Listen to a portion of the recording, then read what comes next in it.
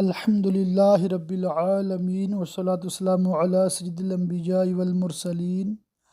اما بعد فاعوذ باللہ من الشیطان الرجیم بسم اللہ الرحمن الرحیم۔ شرعی رہنمائی کورس لیکچر نمبر 3، اس میں آج انشاء اللہ تعالی آداب الافتاء کے عنوان سے بہت ساری باتیں سیکھیں گے۔ اس میں فقہ حنفی کی جو معتبر کتابیں ہیں ان کا تعارف بھی آ جائے گا، اور فقہا کے جو مختلف طبقات ہیں، مجتہدین کون ہوتے ہیں، اصحاب التخریج کون ہوتے ہیں، اصحاب ترجیح کون ہوتے ہیں، اور مفتی اصل میں کہتے کس کو ہیں، انشاءاللہ تعالی یہ سب کچھ آج آپ سیکھنے کی سعادت حاصل کریں گے۔ اور فتویٰ نویسی کیسے کی جاتی ہے، کون اس کا اہل ہے، کون فتویٰ لکھے اور کون صرف فتوے کو نقل کر دے، اور فتویٰ نقل کرنا بھی کس قدر مشکل کام ہے، اس کے حوالے سے بھی انشاءاللہ تعالی آج سیکھیں گے۔ مفتی کے لیے ضروری ہے کہ مسائل شرعیہ اور کتب فقہیہ میں اس کا مطالعہ وسیع ہو، اصول فقہ اور قواعد فقہیہ سے واقف ہو، اس کے ساتھ ساتھ قرآنی احکام، احادیث نبویہ علی صحبہ الصلاۃ والسلام اور تفسیر پر بھی اس کی نگاہ ہو، نیز استدلال اور روایت و درایت سے بھی اسے حصہ ملا ہو، کیونکہ بغیر علم شریعت فتویٰ لکھنا سراسر جہالت ہے۔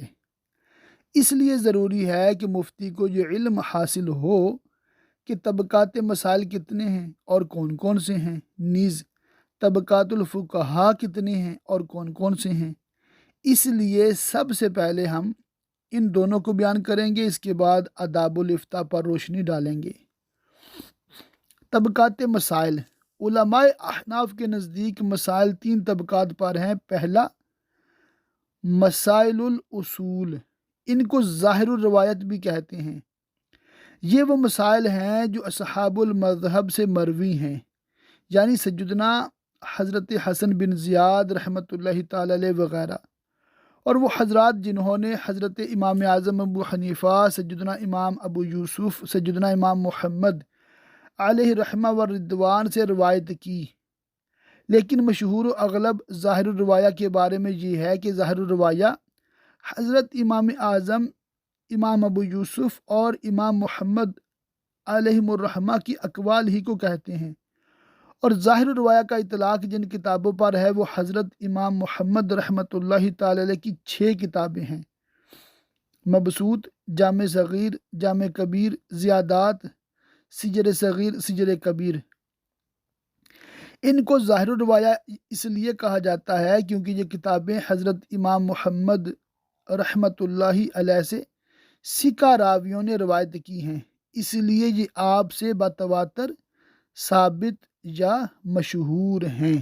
یہاں یہ سمجھ لیں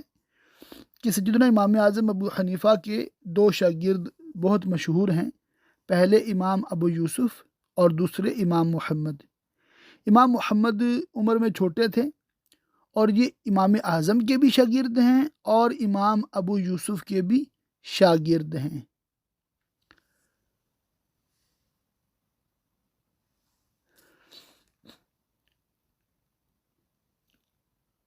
دوسرا، مسائل نوادر۔ یہ وہ مسائل ہیں جن کے راوی تو مذکور بالا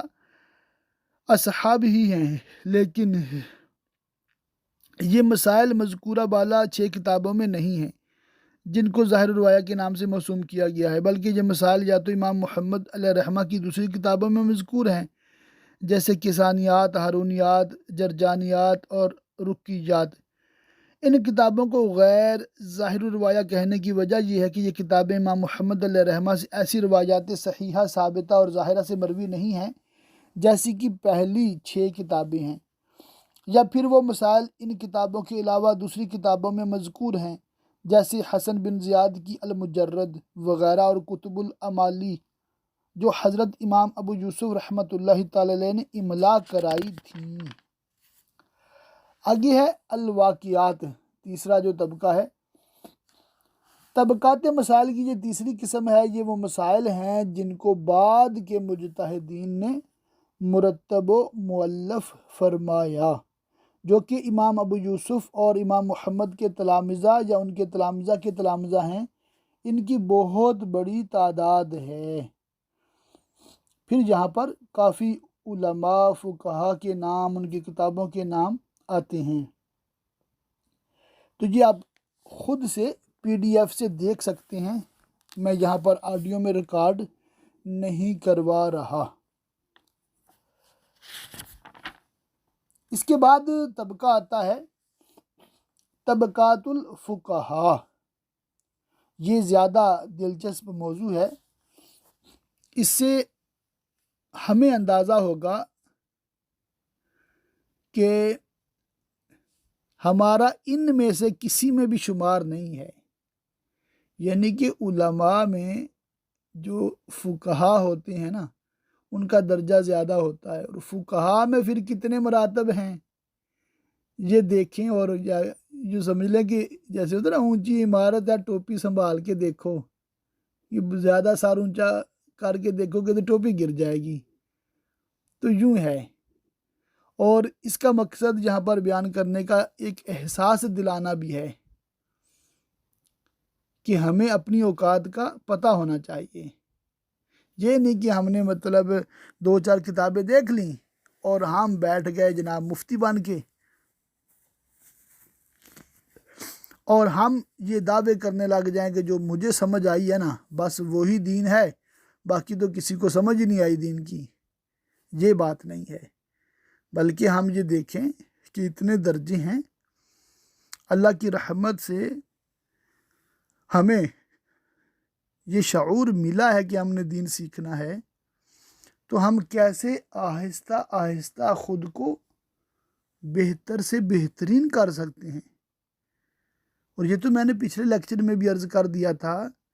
کہ اس میں کوئی ایج فیکٹر نہیں ہے۔ ایسا نہیں ہے کہ آپ 5-6 سال کے بچے ہوں گے تو تبھی آپ مدرسے میں پڑھ سکتے ہیں۔ آپ کام کاج کے دوران 8 گھنٹے 12 گھنٹے ڈیوٹی کرتے ہیں، اس کے ساتھ آدھا گھنٹہ عالم کورس کے لیے نکالتے رہتے ہیں۔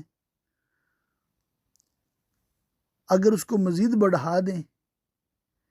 1 گھنٹہ صرف، جیسے آپ ایکسرسائز کے لیے نکالتے ہیں، جسمانی فٹنس کے لیے نکالتے ہیں، آپ اپنی روحانی ترقی کے لیے 1 گھنٹہ روزانہ نکال لیا کریں، علم دین سیکھا کریں اور ترتیب سے سیکھیں۔ یعنی کہ یہ جو آپ کو طبقات انشاءاللہ تعالی بیان ہوں گے نا، آپ اس لائن پہ چلیں کہ مثال ہمارے اس دور کے حساب سے کہ میں نے سب سے پہلے تو عالم بننا ہے، اس پہ کوئی کمپرومائز نہیں، ٹھیک۔ اس کے بعد میں نے مفتی بننا ہے، کہ ہمارے دور میں جس کو مفتی کہا جاتا ہے اس کے لیے کیا کیا شرائط ہے، وہ کیا کتابیں پڑھتے ہیں، وہ میں نے پڑھنی ہیں۔ تو یوں مطلب اس پہ چلیں، اللہ کی رحمت سے دیکھیے گا آپ کا کام بھی ہو رہا ہے، فیملی بھی ہو رہی ہے۔ وہ جو بالکل فری ٹائم آپ گھنٹہ گھنٹہ سوشل میڈیا پہ گزار دیتے ہو،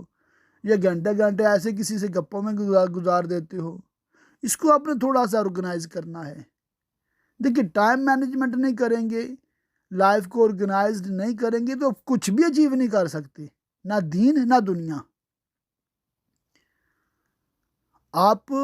ایک سمجھانے کے لیے عرض کر رہا ہوں کہ کسی بھی پروفیشنل بندے کی لائف دیکھ لیں، اس نے اپنے اس پروفیشن کو اوڑھنا بچھونا بنایا ہوا ہے، وہ ترقی پہ ہے۔ بات سمجھ آ رہی ہے؟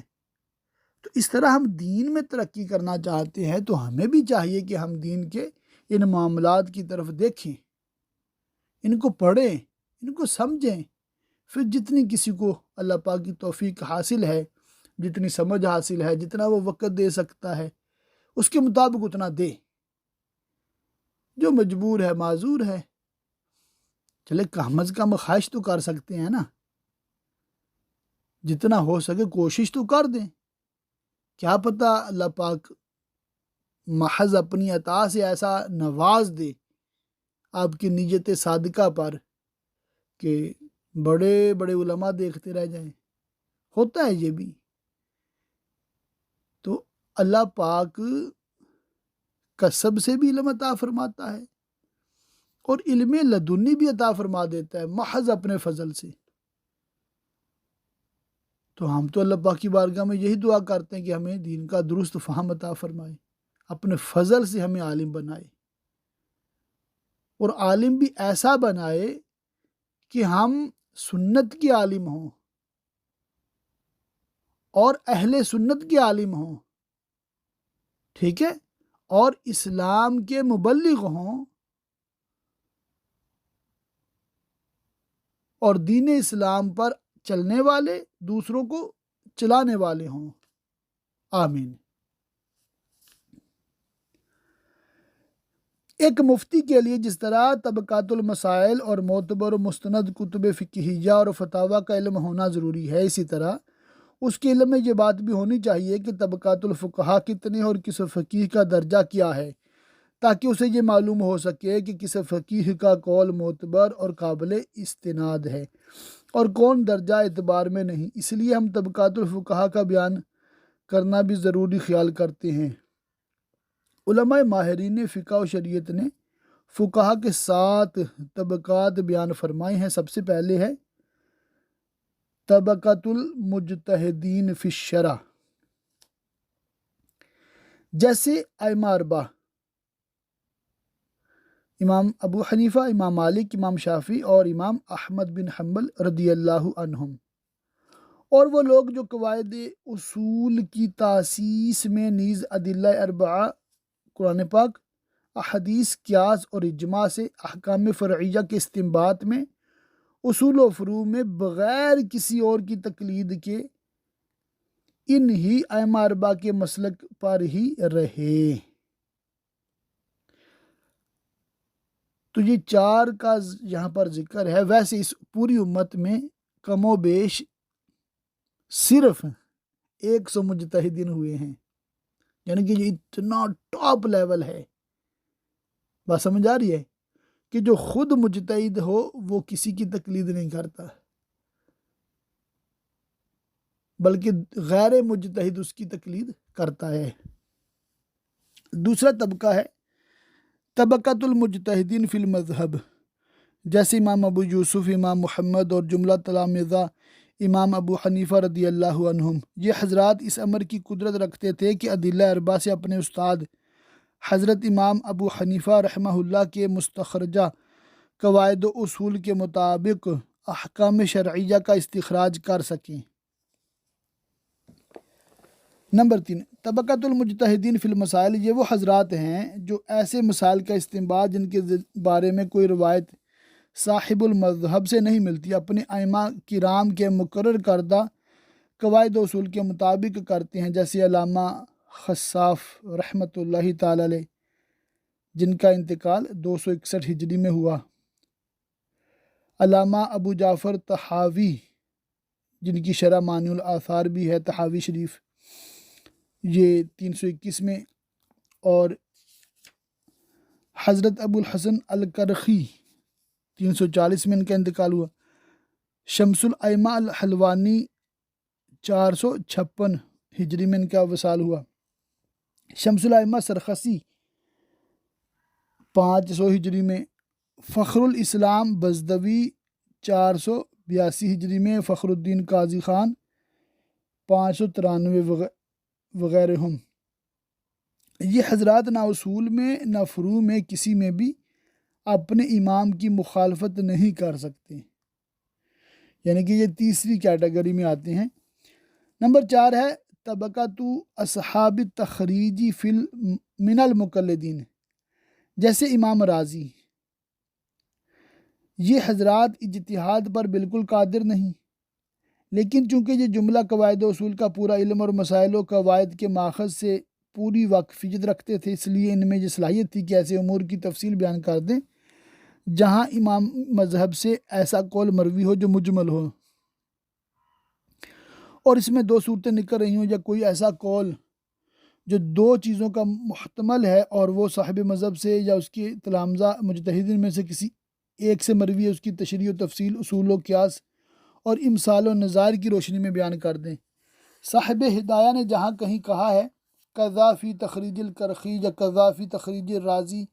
اس کا یہی مطلب ہے جو بھی بیان کیا گیا۔ پانچواں طبقہ ہے طبقات اصحاب ترجیح من المقلدین۔ اصحاب ترجیح جیسے ابو الحسن قدوری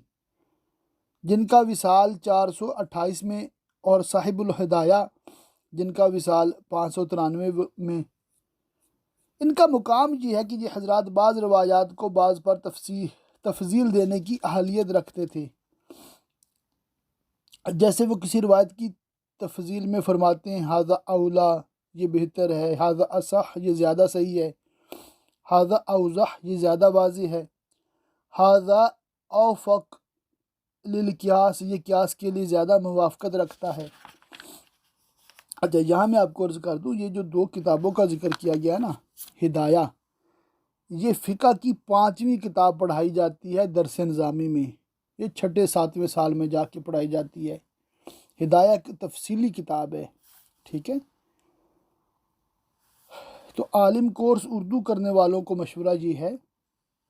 کہ یہ جو فقہ کی کتابیں درس نظامی میں پڑھائی جاتی ہیں، ان سب کے ترجمے موجود ہیں، بڑے مستند اچھے ترجمے اردو میں موجود ہیں۔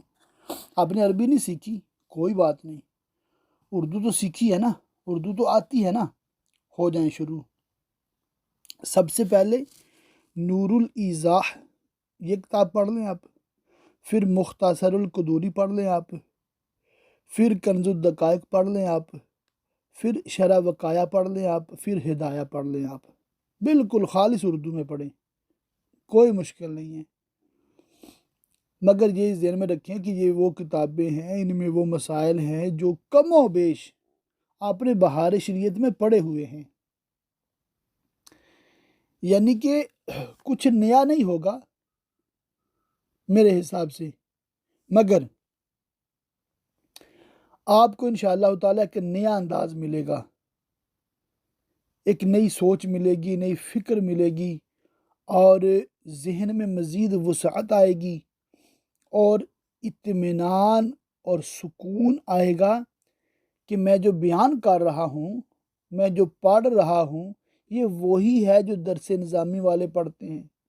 یہ وہ کتابیں ہیں جنہیں پڑھ کے لوگ مفتی بنتے ہیں۔ بات سمجھ رہی ہے آپ کو؟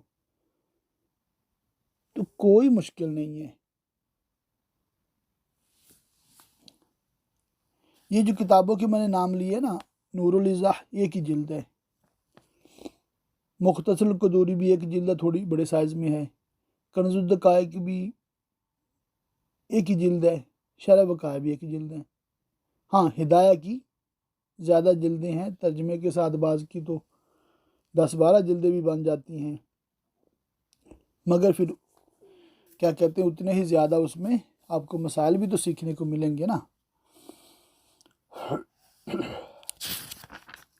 چھٹا طبقہ ہے طبقۃ المقلدین القادرین علی التمییز، جیسے صاحب کنز سے مطلب وہی کنز الدقائق جس کتاب کا میں نے آپ سے ابھی ذکر کیا، صاحب المختار، اچھا جی، جو مختار کتاب ہے نا، اس پہ پھر در مختار حاشیہ، پھر اس پہ رد المختار جسے فتاوی شامی کہتے ہیں، اور اسی پہ پھر امام اہل سنت اعلیٰ حضرت رحمۃ اللہ علیہ کا حاشیہ ہے جسے جد الممتار کہتے ہیں۔ تو یہ اصل میں وہ فتاوی شامی جسے ہم کہتے ہیں نا، وہ ایسے نہیں ہے کہ سوال جواب جس طرح فتاوی رضویہ شریف میں ہوتا ہے، نہیں، وہ ایک کتاب ہے اور اس کی آگے انہوں نے مطلب شرح لکھی ہے رد المختار کے نام سے، فتاوی شامی بڑا معتبر ہے فقہ حنفی میں۔ تو اصل یہ کتاب ہوئی، ٹھیک ہے۔ پھر صاحب الوقایہ یعنی شرح وقایہ جس کا میں نے آپ کے سامنے ذکر کیا، اور صاحب المجمع اور اصحاب المتون المعتبرہ، یعنی کہ جو ٹیکسٹ بکس ہیں معتبر لکھنے والے فقہ حنفی کے جو علماء وہ اس چھٹی کیٹیگری میں آتے ہیں۔ ان کا درجہ یہ ہے کہ یہ حضرات اپنی کتابوں میں ضعیف و مردود اقوال بیان نہیں کرتے اور روایات میں قوی اقوال، ضعیف، ظاہر الروایہ، ظاہر المذہب اور روایت نادرہ میں امتیاز و تمجیز کرنے کا اہل ہیں۔ ساتواں طبقہ جو ہے نا، یہ حضرات طبقۃ المقلدین الذین لا یقدرون علی ما ذکر، یہ حضرات کھرے کھوٹے کمزور قوی دائیں بائیں میں امتیاز کرنے کی صلاحیت نہیں رکھتے، بلکہ انہیں جہاں سے بھی جو کچھ مواد مل جاتا ہے اسے جمع کر دیتے ہیں اور اندھیرے میں ٹامک ٹوئیاں مارتے ہیں۔ یہ لوگ ہرگز اس قابل نہیں کہ ان کی تقلید کی جائے یا ان سے مسائل میں رجوع کیا جائے۔ تنبیہ: احکام شریعت کا علم حاصل کرنے کے لیے افتاح ایک لازمی اور ضروری امر ہے۔ اللہ تعالیٰ نے قرآن مجید میں ارشاد فرمایا، فَاسْأَلُوا أَهْلَ الذِّكْرِ إِن كُنتُمْ لَا تَعْلَمُونَ، اگر تم نہیں جانتے ہو تو جاننے والوں یعنی اہل علم سے پوچھ لو۔ اس سے معلوم ہوا کہ ایک طبقہ ملت کا ایسا ہوگا جسے علم دین پر عبور حاصل نہ ہوگا، اور ایک طبقہ ایسا ہوگا جو صاحب علم و فضل ہوگا اور اسے علم دین میں بصیرت حاصل ہوگی، چونکہ ہر مسلمان کے لیے وہی راستہ اختیار کرنا ضروری ہے جو اللہ تعالیٰ اور اس کے رسول علیہ السلام کا پسندیدہ راستہ ہے۔ اس لیے ہر شخص کو اپنا ہر عمل اسلام کے احکام کے مطابق رکھنا چاہیے، اور اگر کسی کو کسی معاملہ میں شریعت کا حکم معلوم نہیں تو اسے اہل علم کی طرف رجوع کرنا چاہیے اور ان سے سوال کر کے حکم شرعی معلوم کرنا چاہیے۔ اسی اصول کے مطابق زمانہ صحابہ کرام رضوان اللہ علیہم اجمعین سے آج تک مسلمانوں کا یہی طریقہ رہا ہے کہ اگر انہیں کسی چیز کا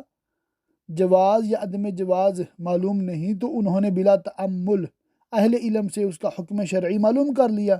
ہر زمانہ میں لوگ علماء شریعت کی طرف مسائل شرعیہ کا علم حاصل کرنے کے لیے رجوع کرتے رہے ہیں، یہاں تک کہ دارالفتاء کا قیام عمل میں آیا اور اب وہ یہ خدمت انجام دے رہے ہیں۔ اس سلسلے میں سب سے پہلے یہ جان لینا ضروری ہے کہ مفتی کون ہے۔ صاحب فتح القدیر شارح ہدایہ فرماتے ہیں، اصولیین مضبوطی کے ساتھ یہ رائے رکھتے ہیں کہ مفتی کا درجہ صرف مجتہد کو حاصل ہے۔ وہ جو پہلا درجہ تھا مجتہد فی المذہب، یعنی امام اعظم ابو حنیفہ ہی حقیقت میں مفتی ہیں۔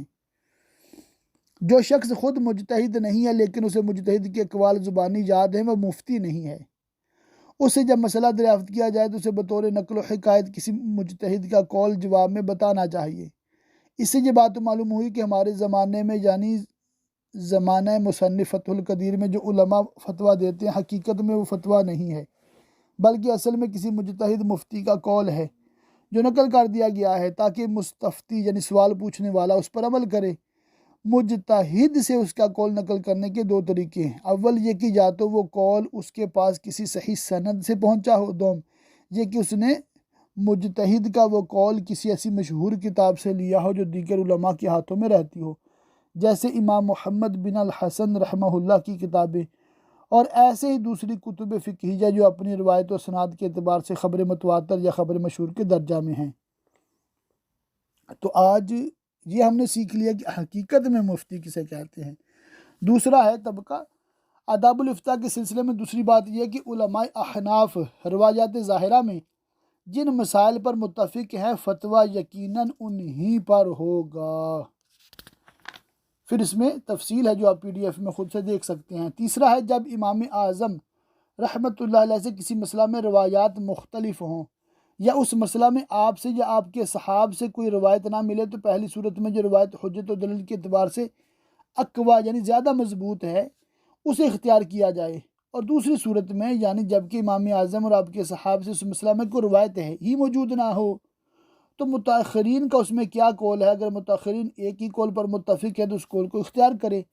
اور اگر متاخرین یعنی کہ بعد کے علماء میں بھی اختلاف ہے تو جس قول پر اکثر ہیں اس کو اختیار کر لیں۔ فائدے میں علامہ شامی فرماتے ہیں، علماء کرام نے بیان فرمایا عبادات کے مسائل میں فتویٰ مطلقاً قول امام اعظم پر ہے، مسائل ذوی الارحام میں فتویٰ قول امام محمد پر ہے، اور مسائل قضاء میں فتویٰ قول امام ابو یوسف پر ہے۔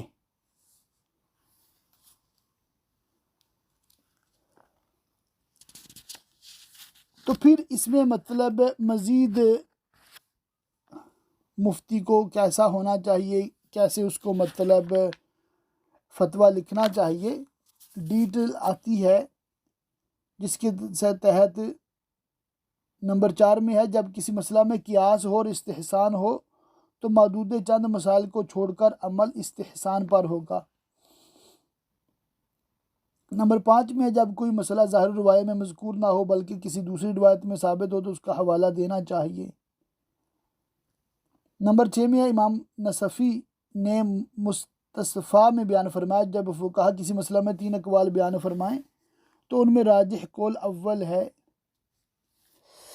نمبر 7 باہر کے باب الوقف میں ہے جب مسئلہ میں 2 قول ہوں اور دونوں صحیح ہوں تو ان میں سے کسی بھی ایک کو افتاء و قضاء کے لیے اختیار کیا جا سکتا ہے۔ نمبر 8 جب فتویٰ قول پر ہو اور تصحیح دوسرے قول کی تو اولا یہ کہ وہ قول اختیار کیا جائے جو متون یعنی ٹیکسٹ بکس کے زیادہ موافق ہے۔ نمبر 9 وہ الفاظ جو فقہاء کرام فتویٰ میں استعمال فرماتے ہیں، وہ علیہ الفتویٰ و بہی یفتیٰ و بہی ناخذ، اس طرح کے الفاظ عربی میں وہ استعمال کیے جاتے ہیں کتابوں میں کہ یہ قول، یہ جو اسٹیٹمنٹ ہے یہ زیادہ ویلڈ ہے، اتھینٹک ہے۔ نمبر 10 اگر ائمہ ترجیح میں سے 2 اماموں کے اقوال متعارض ہوں، ایک نے اپنے قول کو ہوا صحیح سے تعبیر کیا، دوسرے نے ہوا اصح سے روایت کیا، اس صورت میں ہوا صحیح والے قول کو اختیار کرنا بہتر ہے۔ نمبر 11 صاحب در مختار نے رسالہ آداب المفتی سے نقل فرمایا کہ جب کوئی قول یا روایت کسی معتبر کتاب میں اصح، اولا، اوفق اور اسی قسم کے لفظ سے مخصوص کی جائے تو مفتی کے لیے جائز ہے کہ وہ اس قول یا روایت کو اختیار کرے یا اس کے مقابل قول کو، لیکن اگر وہ قول یا روایت صحیح یا ماخوذ بہی یا بہی یفتیٰ سے مزین ہے تو مفتی کے لیے ضروری ہے کہ اسی قول کو اختیار کرے۔ نمبر 12 علامہ علاء الدین حسکفی مؤلف در مختار شیخ قاسم کی کتاب التصحیح و ترجیح کے حوالہ سے بیان فرماتے ہیں کہ مفتی اور قاضی میں کوئی فرق نہیں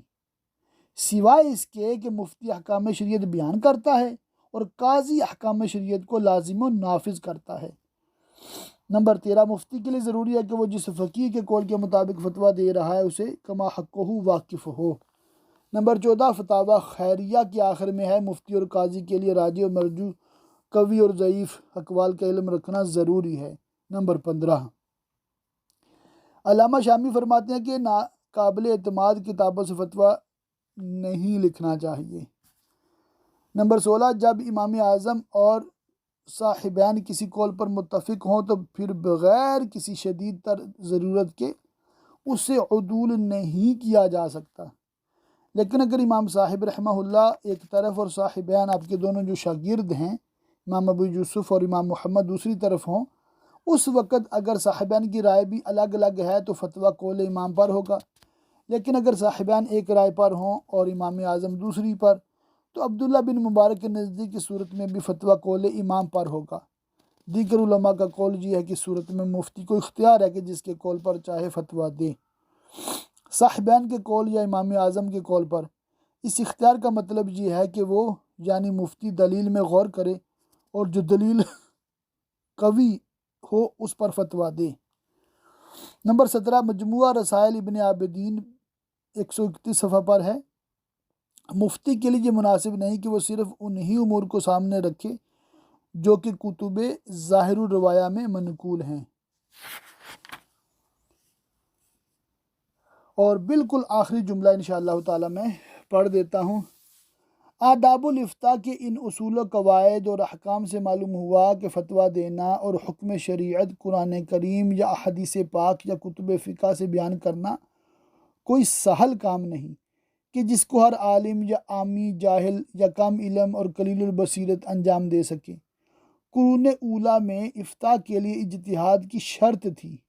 غیر مجتہد مفتی نہ ہوتا تھا نہ کہلایا جاتا تھا۔ اس دور میں جبکہ علم کا زوال اور علماء کامیاب ہیں، بے علم لوگ چند حدیث کا ترجمہ یاد کر کے احکام شرعیہ بیان کرنے لگتے ہیں اور اللہ عز و جل کا خوف ان کے دل میں نہیں آتا، کچھ لوگ محض اپنی عقل کی بنیاد پر کسی امر کے جائز یا ناجائز ہونے کا حکم کر دیتے ہیں۔ قرآن کریم کا ترجمہ پڑھ کر اس کی تفصیل اور اصول و قواعد کا علم حاصل کیے بغیر بڑی بے باکی سے حکم شرعی بیان کر دیتے ہیں۔ ایسے لوگوں کو اللہ واحد قہار عز و جل سے خوف کھانا چاہیے اور اپنا دین و عاقبت برباد نہیں کرنا چاہیے۔ آج کل کے نو آموز علماء بلا خوف ریا و نفاق خود اپنے قلم سے خود کو مفتی اعظم، شیخ الحدیث، فقیہ العصر اور محدث کبیر وغیرہ عظیم المرتبت الفاظ اپنے نام کے ساتھ لکھتے ہیں یا لکھواتے ہیں، اور اگر ان کے نام کے ساتھ یہ ضخیم الفاظ و خطابات نہ لکھے جائیں تو اپنی توہین محسوس کرتے اور اس کو برا مناتے ہیں۔ یہ سب کچھ ان کی کم علمی اور ظرف کے چھوٹا ہونے کی دلیل ہے۔ انہیں اللہ عز و جل سے ڈرنا چاہیے اور اپنی اصلاح کرنی چاہیے۔ اگر وہ صاحب علم صحیح ہوتے تو اس آیت کا مصداق ہوتے، انما یخش اللہ من عبادہ العلماء، اللہ کے بندوں میں علماء ہی کو خوف الہی ہوتا ہے۔ اللہ تعالی ہم سب کو صراط مستقیم پر قائم رکھے، ہمیں عمل صالح کی توفیق دے اور ہماری عاقبت بخیر فرمائے، آمین۔ تو یہاں پر آج کا لیکچر بھی مکمل ہوتا ہے اس بات کے ساتھ کہ عربی میں نے کافی کتابوں کے نام لیے ہیں، مگر ہم نے چونکہ عالم کورس اردو کیا ہوا ہے تو آپ یوں سمجھ لیں کہ بہار شریعت جو ہم پڑھتے ہیں نا، اللہ کی خاص رحمت ہے کہ اس میں وہ ساری کتابوں کا رنگ موجود ہے۔ فقہ حنفی کا یہ انسائکلوپیڈیا ہے، ٹھیک ہو گیا، اور ہمارے اس دور میں اس پہ ہمارے علماء اہل سنت بالکل متفق ہیں۔ تو یہ ہو گیا ہمارا ایک کام۔ اس کے بعد فتاوی رضویہ شریف ہے، ٹھیک ہے، اور ساتھ میں نے آپ کو درس نظامی کی 5 کتابوں کا بھی حوالہ پیش کر دیا۔ پھر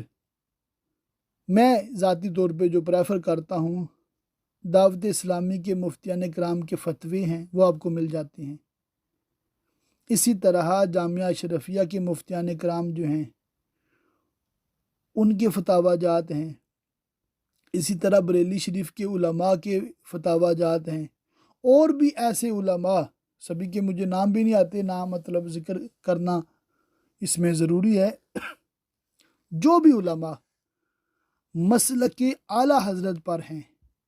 اور فقہی مسائل میں بھی وہ امام اہل سنت رضی اللہ تعالیٰ عنہ سے اختلاف نہیں رکھتے،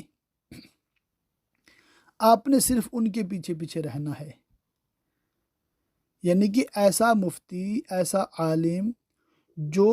سیدی اعلیٰ حضرت کی بات کرتا ہو اور عمل بھی ان کے مطابق کرتا ہو۔ خالی نعرہ مارنے والے تو بہت ملتے ہیں،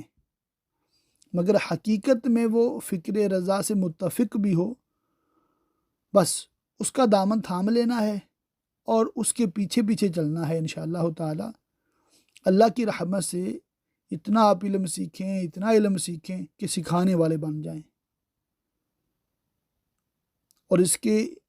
سیکھنے کا ایک بہترین پلیٹ فارم عالم کورس اردو ہے۔ جو کر رہے ہیں ان کو مبارک، جو نہیں کر رہے ان کو دعوت کہ آئیں، ان کتابوں کو پڑھیں اور دیکھیں اللہ کی رحمت سے کیسے آپ کا سینہ روشن ہوتا ہے۔ اللہ پاک کی بارگاہ میں دعا ہے اللہ پاک ہمیں خوب علم دین سیکھنے، سمجھنے، یاد رکھنے، عمل کرنے، دوسروں تک پہنچاتے رہنے کی توفیق رفیق مرحمت فرمائے، آمین بجاہ النبی الامین وصلی اللہ تعالی علیہ وآلہ وصحبہ وبارک وسلم۔